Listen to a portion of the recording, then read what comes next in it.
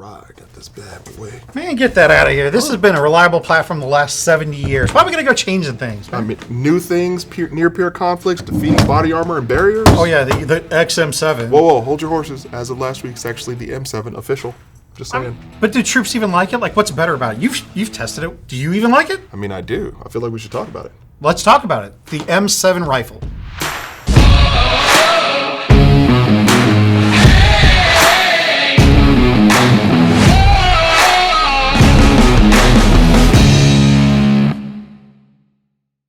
Welcome back to Classic Firearms, guys. Jason here with Matt. What's up, everybody? And of course, we're here to talk to you about the new, official way. Official. The M7 versus the XM7. And it's kind of, progress. And why some people aren't the biggest fan? Right. Some folks aren't the biggest fans. Now, of course, there was a article published by a captain in the Marine Corps out of Quantico about the shortcomings or shortfallings of the actual XM7 during the testing phase and what kind of infantry folks are having some growing pains towards. So we're going to talk about that and, try to expel or explain a little bit more into it. So, first of all, NGSW program, right? Mm-hmm. First things first. Wanted a better capable round and also a platform to, i.e., engage longer, have a little bit more effectiveness on target, defeat body armor or level 3 or 4A body armor. So that's where it came up with, and of course, many people, got into the actual solicitation, and then SIG won the contract for the XM7, which is now, as of officially last week, the M7. That's now. Right. On a wide rollout scale, is this going to be the new meta for infantry rifles?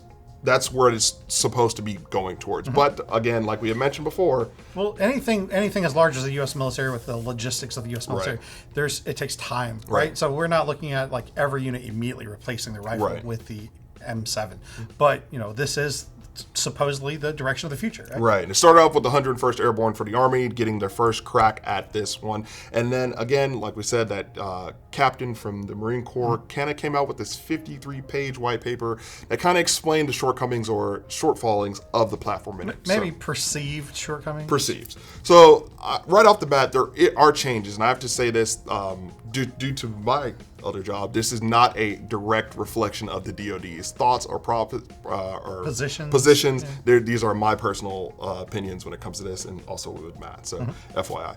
So, in that white paper, there were some write-ups or a couple of things that were kind of concerning about, doing the standard M4 versus now moving over to a bigger platform. M4 is what we know as being small, lightweight, compact, just easy to wield and maneuver, especially in urban or CQB platforms. Now, certainly when you talk about it being compact and lightweight, that is true of the base rifle with all of the accessories, not necessarily actually the lightest possible rifle out there. But still, again, as far as the base rifle, short, compact, lightweight, very customizable. You've got all these options for the add-ons. Obviously we've got magnified optics, non-magnified optics, infrared, all kind of stuff. Yeah. And it's been a very versatile platform that we've iterated on for a long time now. Right. So we're upwards of almost 70 years of service. Yeah, absolutely. So I get it. Folks are accustomed to this. This is what they came in with. If you went through basic training, you went through an M4 platform, M16 platform, even down to let's think about it. We even had some gripes about the original M16 that came in, right? Yeah. So the OG status of it. So soldiers complaining about their duty rifles is nothing new. So this is kind of a good example of how M16s were originally issued, and like when you had soldiers coming from the M14 to the M16, there were complaints that it was too lightweight. It felt like a toy. It's plastic. It's going to break. The 5.56 caliber rounds are tiny and lack stopping power. Obviously, there was a whole kind of snafu, we'll say, with the issuing of the rifle and the change in the types of propellant used in the ammunition. So these were originally issued as self-cleaning rifles. They did not come with cleaning kits. But due to changes in propellant during production of ammunition, cleaning was definitely required. And so the military had to then come back and issue comic books instructing soldiers in Vietnam how to clean their rifles and keep them serviceable. So problems with a new rollout of a platform, dissatisfaction amongst the rank and file with their new service rifle is nothing new. and kind of a tradition in the military. It's like it just comes with it. You complain a little bit when change. No, big army or big military does not like change, right? So that's just what it is. And then we came out with this, the new adaptation of, what was old, what's new, and now the current meta. But now that's not the current meta.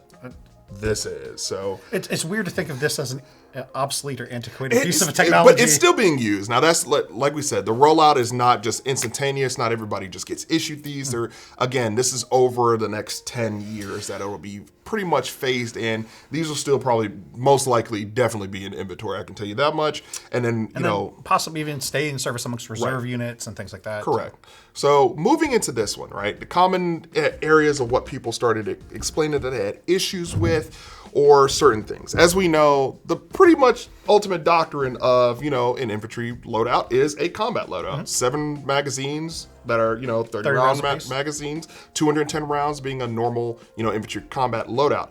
Now here, you have a slight issue, right?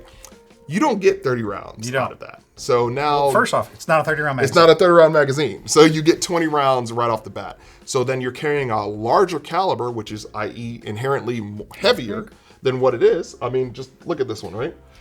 So let's just imagine real quick, if you were to carry the same amount of ammunition, you kind of carry the same 210 rounds. If you've got 210 rounds of this caliber instead of 5.56, obviously that's going to increase significantly the weight of your combat loadout. Right.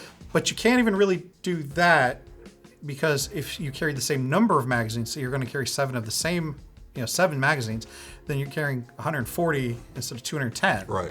And you're probably still coming out with weight that's going to be about the same. Definitely. So average combat loadout weighs 7.1 pounds. An average combat loadout of the new caliber is 8.8. So there you go. 140 rounds versus 210 rounds. That's how you do it. And an extra pound. I know, right? Oh, man. An extra pound. So there you go right off the bat, right? So I get that understanding, especially with the way kit is set up and how things actually, conform to the average warfighter or the average infantryman. You now have to try and finagle this into your existing, pouches and all this stuff. So in the packs, in pouches, and on a plate carrier, definitely comes with a little bit of changes. So I understand that. So. All right, so another obvious factor when it comes to how soldiers interact with this firearm is the weight. Obviously, it is designed to be a tool used by soldiers in engaging in combat, but like so much of the time, you're going to have to carry it way more than you're firing it. Right. And so weight, as they're moving through the field or engaging in a firefight, helps to increase fatigue. As you're carrying more weight, it can kind of limit your effective range of patrol when you think about how long that somebody can march with certain weights. And there's a substantial increase in weight with the M7. So the M7, as kind of issued, was 9.58 pounds. Yep. And that's a significant increase over the roughly 6.5 pounds of the M4.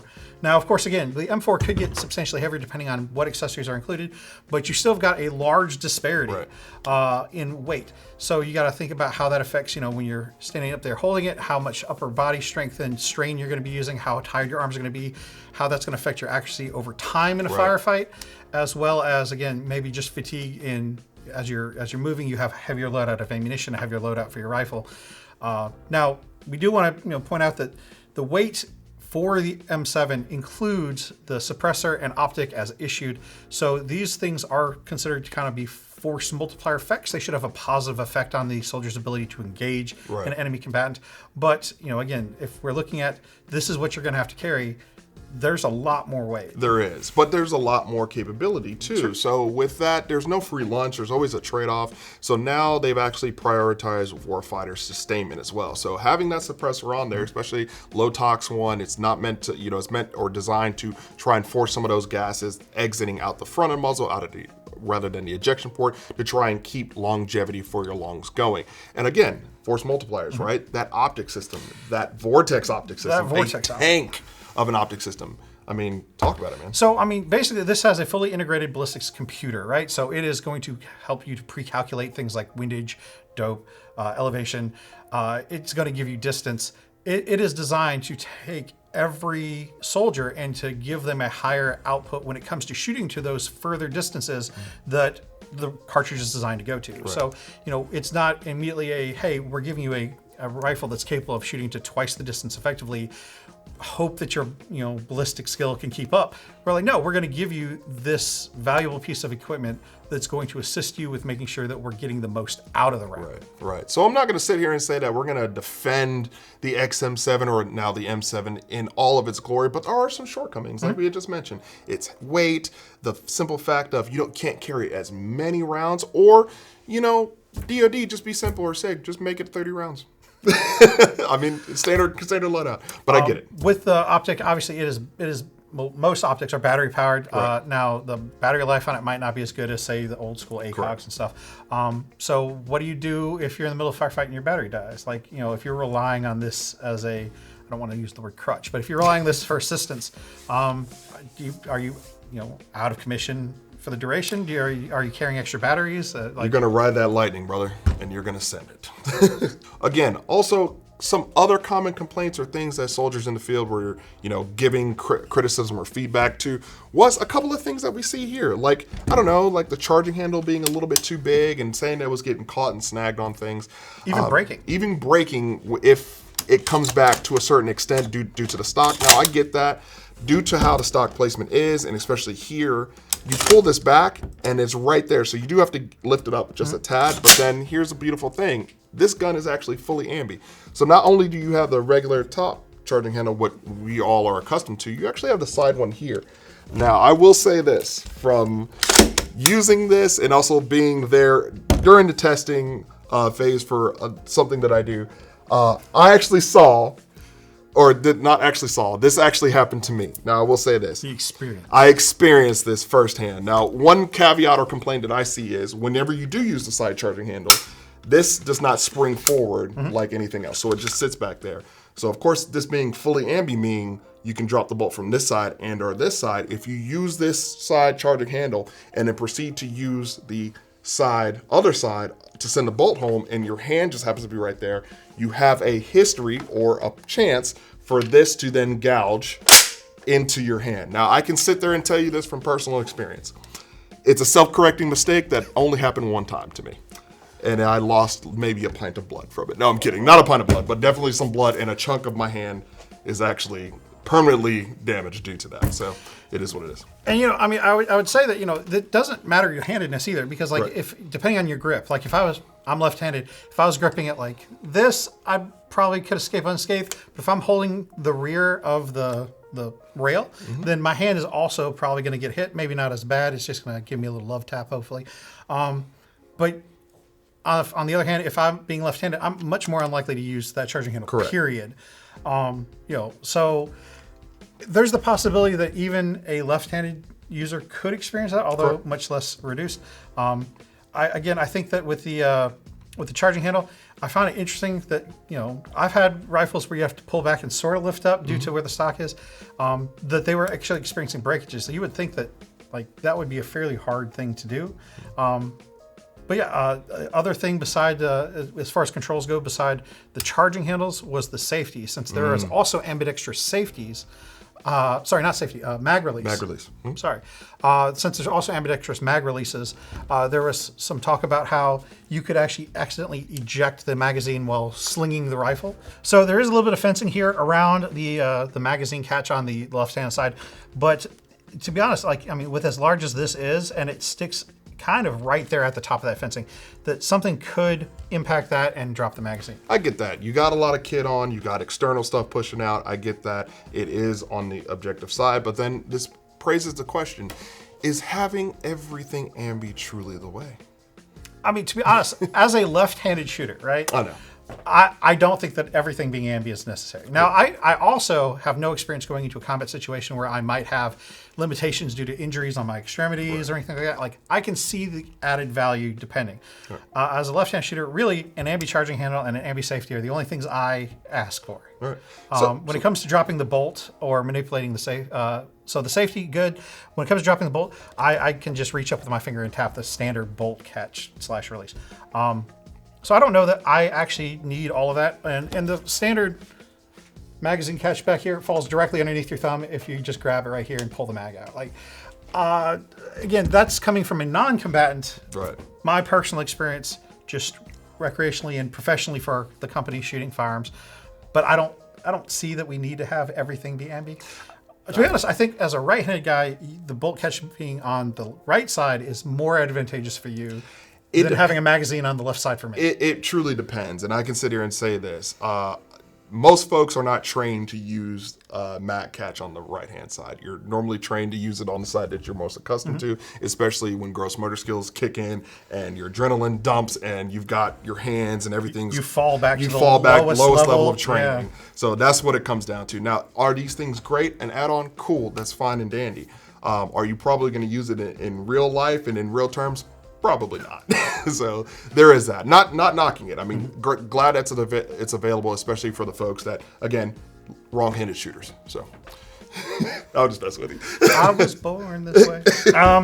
So getting into kind of how this affects soldiers in the field, though. Right. So like we talked about the lower capacity and how that maybe limits your time in a firefight. Right. So why is it, though, that there's not been other adaptations, I suppose, made to accommodate? So when you change the primary weapon system that you're using, it feels like there has to be a waterfall of subsequent changes. Like tactics. Like tactics, right? So we have tactical doctrine that we have developed over a long time that succeeds very well with the AR-15/M16 platform, the M4, and other derivatives.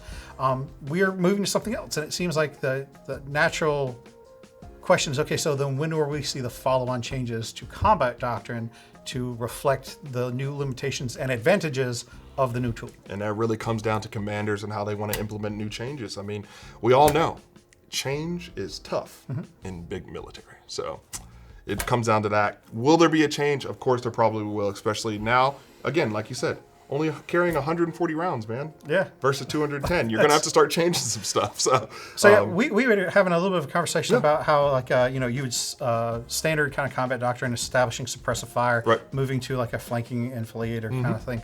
And how the problem is, though, that means that you're running out of ammunition quicker, so much faster, and the observation I made is, like, the military was always kind of adopting to the last war that we fought, right? So we're establishing this as a new firearm partly because of things like the conflicts in Afghanistan, where we had to shoot much longer distances and we were concerned about defeating barriers and body armor at those long distances. And so we will have to have a corresponding change and adjustment in the tactics of using the firearm. And also, when we go into our next conflict, if it's an urban conflict, then suddenly all of the advantages we've baked into our new weapon system are not as valuable as they were. Correct. So it's interesting to see the evolution of arms and how we kind of adapt to our challenges. But do those things actually prepare us better for the future? Possibly not. We always tend to be sort of kind of reactive. Yeah. In the thing. Or, reactive. Yeah. Reactionary. Yeah, reactionary instead of, preemptive. So. All right, so Jason, why don't you give us maybe a little bit of personal takeaway from your experience with the M7? Yeah, so I was, without saying much, I was involved on the earlier part of whenever this actually was supplemented into, or the testing one was given into. Super secret scroll stuff. Gotcha. Absolutely. So I had my reservations about it at first, but then I saw the true capabilities of what it was. Again, defeating those barriers and body armors, that was the key thing, right? So again, there's no free lunch. There are some give and takes with it. When you up the caliber size, you decrease the magazine capacity. I mean, it is what it is. Unless you just issue everybody with Lancer 30-round magazines. I'm just saying. Crazy, right? But to continue that point, so if you did issue a 30-round magazine, then it's that much more weight. So again, no free lunch. There's always a balance. Yeah, always a balance. But again, like those things that I mentioned, especially this side charging handle, which, by the way, when this was first introduced, this was a primary way to charge it. The top one was a solicitation request that had to be revised because big military or big army still wanted to have this due to training. So that's just how it was. It's harder to train folks or retrain people to use a side charger instead of the top charger. So the option was to give both. So there is that. So again, this is one of my biggest gripes. If you do charge it from the side and then you send it home with the other with your support hand up there. So just FYI, because it just happens to be whenever you do a reload, you come here and your natural turn is to beer can it and you just press that, right? But if you're in a situation you feel like you need to get a little bit more leverage and you just yank it back, take this, here. Now, you can't easily do that, but let's say you're in an unconventional shooting platform or method and you use this other side. You do run the risk of that sending full bore into whatever extremity that you have. So again, that was my biggest problem or caveat to it, along with the magazine capacity.